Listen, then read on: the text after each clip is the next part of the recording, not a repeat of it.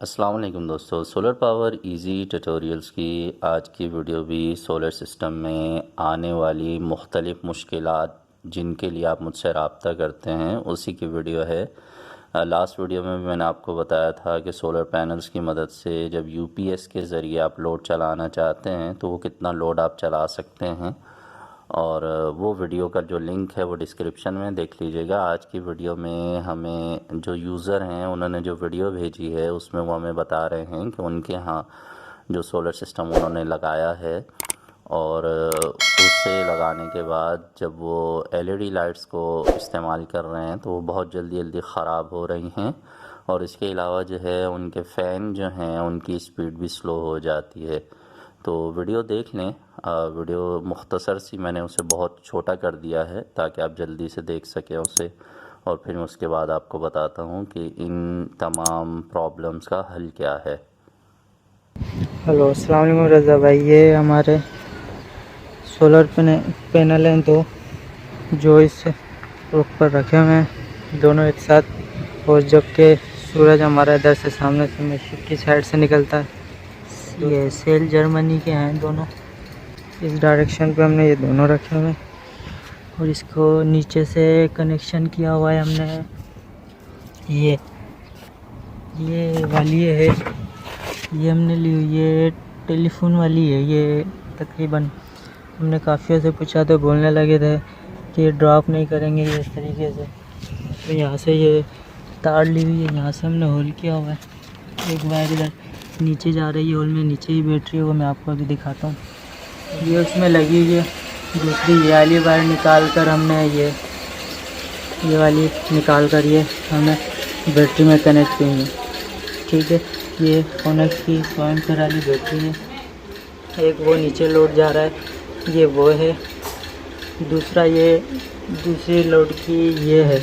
इसी रूम में से हमने एक होल कर ड्रिल मशीन से ये अंदर की हुई है लोड के लिए। और तीसरी वायर ये है लोड की, ये जा रही है इधर से इस तरीके से, ये इधर होल में, ये इधर होल में इस तरीके से। ठीक है, ये वहाँ तक जा रही है। ये कंट्रोलर पैनल है।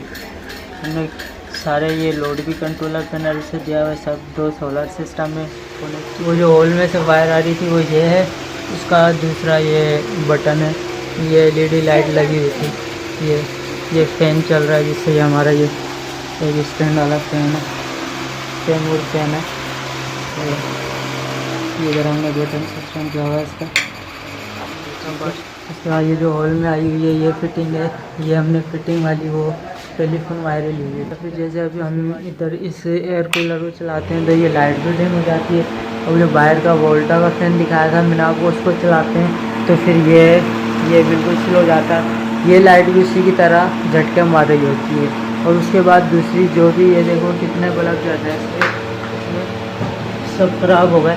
सिर्फ ये 2-4 ही बल्ब जल रहे हैं इसलिए, वरना इसकी लाइट इतनी थी कि 220 वाट वाले सेवर की भी जगह नहीं थी, इतना रोशन करता था ये। उसके बाद अभी ये और भी मज़ीद डिम होने लगेगी, बिल्कुल स्लो हो जाएगी, फिर बंद हो जाएगी। इसके बाद ये यहाँ पर ये बाथरूम में लगाई हुई है। ये भी इसी तरह कर रही है, ये भी ख़राब हो गई है। यहाँ से ये इसका बटन है, ऑन करता हूँ मैं। ये देखें सारी लाइटें तकरीबन इस तरह हो गई है हमारी। वो ये सिर्फ इस तरीके से जल रही है, बिल्कुल 2 बल्ब जल रहे हैं सिर्फ। अच्छा, तो वीडियो आपने देख ली है। वीडियो में सबसे पहले मैं आपकी जो तवज्जो है वो दो बातों की तरफ दिलाऊंगा। सबसे पहली बात यह है कि मैंने सोलर की डीसी वायर के बारे में बहुत सी वीडियोस बनाई हुई हैं, वो आपको चैनल में मिल जाएंगी, डिस्क्रिप्शन में लिंक भी मिल जाएगा, देख लीजिएगा कि हमें वायरिंग में कौन से तार इस्तेमाल करने चाहिए।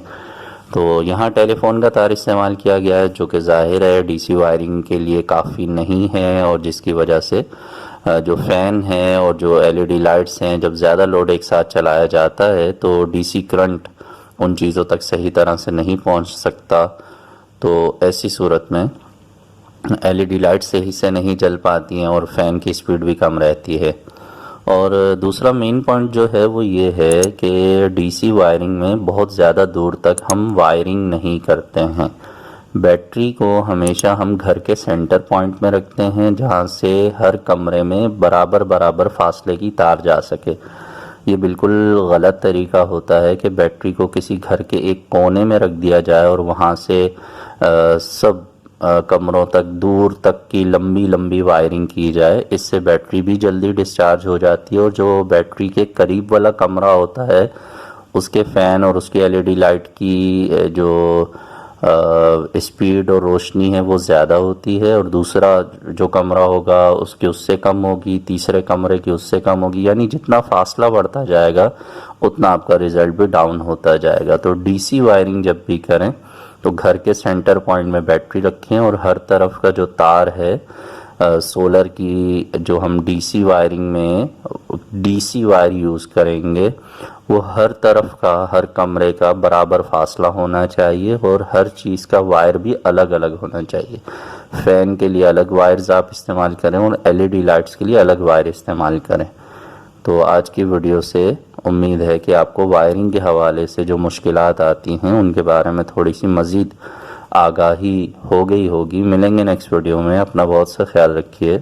सोलर सिस्टम ज़रूर लगाइए, अपनी बिजली खुद बनाइए और बिजली के बिलों से जान छुड़ाइए। अल्लाह हाफ़िज़।